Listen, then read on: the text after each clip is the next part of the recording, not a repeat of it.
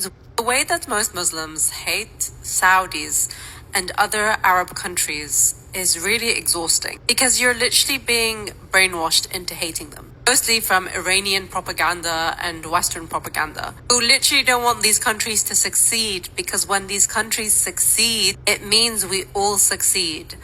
The reason why so many Muslims hate Saudi Arabia is not because of Iranian propaganda, which, just by the way, Iran does have propaganda against Saudi Arabia, but Saudi Arabia also has propaganda against Iran. They both do it to each other. So kind of painting this narrative like, ooh, pointing our finger somewhere else, it just doesn't work.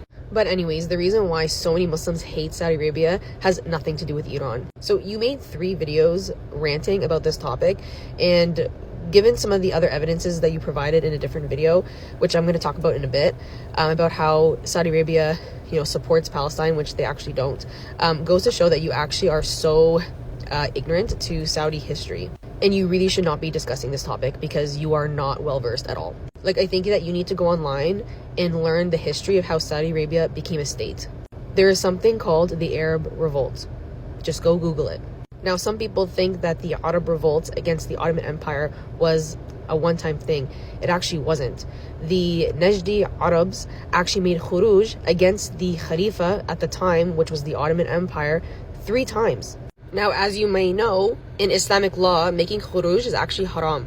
But they went and did it anyways because they thought that they're the ones, as being Arabs, they're the ones who actually should host the Khalifa for the Ummah. Now, something that is important to note and to contextualize here is that the Ottoman Empire had been on a decline. So as the Ottoman Empire was actively engaging with the West and declining, the Arabs revolted within against the Ottoman state. And the Arabs of the Najd sided with the British during World War I. And they worked with the West actively against the Ottoman Empire. Now, I am not here saying, and let me make this very clear because I will get lots of comments on this, I'm sure, especially if this video reaches a certain audience.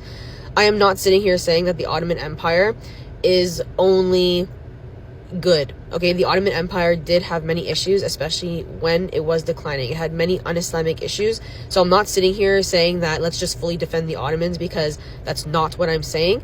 However, from an Islamic perspective, the reason why khuruj against the state is haram, even if there is oppression that's happening, is because when you go against the Khalifa, you're even weakening the Ummah more. You're not actually helping the state of the Ummah improve.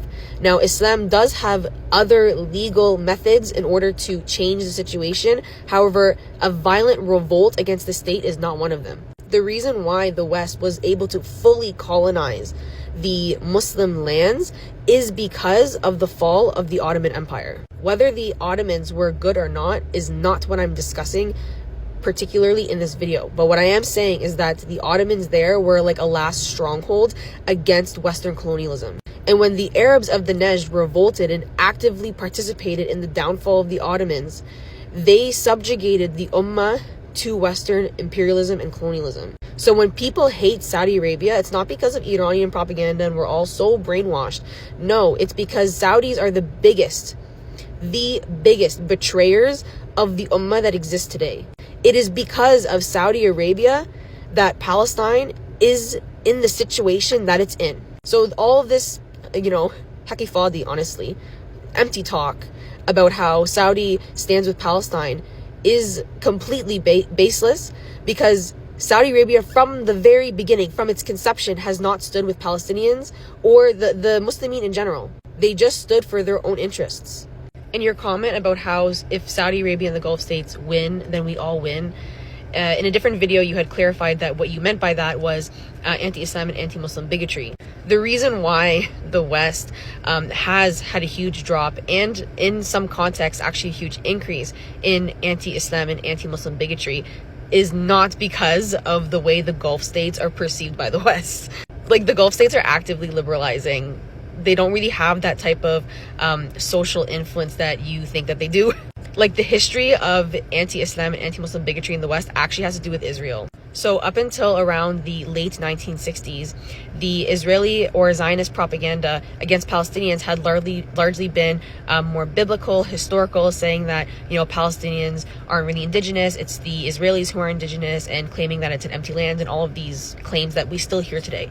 But because of American Palestinian activists who were starting to gain a lot of traction in the United States and refuting these claims, the Zionists had to change their propaganda strategy. So what they started doing instead is saying that Palestinians and Arabs in general are actually terrorists and Israel needs to defend itself. So all of this propaganda that Muslims are violent and we're terrorists and anything along these lines, it actually comes from Zionism. And that post-11 propaganda that Muslims had dealt with for a long time, again, those are propagated by Zionists in Zionist media outlets, whether it's online or on the news or within their lobbies and things like that.